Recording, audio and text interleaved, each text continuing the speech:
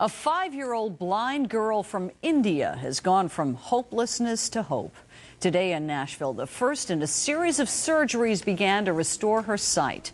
Kajal was intentionally blinded by her stepmother. The woman threw acid in the girl's eyes at a train station in India. But thanks to the generosity of dozens of Nashville residents and eye surgeon Dr. Ming Wang, she will soon see all the loving people around her. And it's a tale of a young girl's remarkable journey from, desperation, from darkness to sight. Kajal's right eye may be damaged beyond repair, but Dr. Wang is hopeful that she will regain 50% of her sight in the left eye. In addition to gaining her sight, she will also gain a new home here in Nashville. A family hopes to adopt her. That family was looking for a child with special needs. That's what we felt God wanted us to do. So, and when we found out she was blind, we said, yeah, I guess that's a special need, yeah.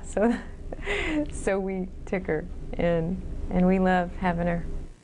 Kajal is scheduled for 2 more surgeries. It'll be 2 months, though, before Dr. Wang knows how much of her vision will return.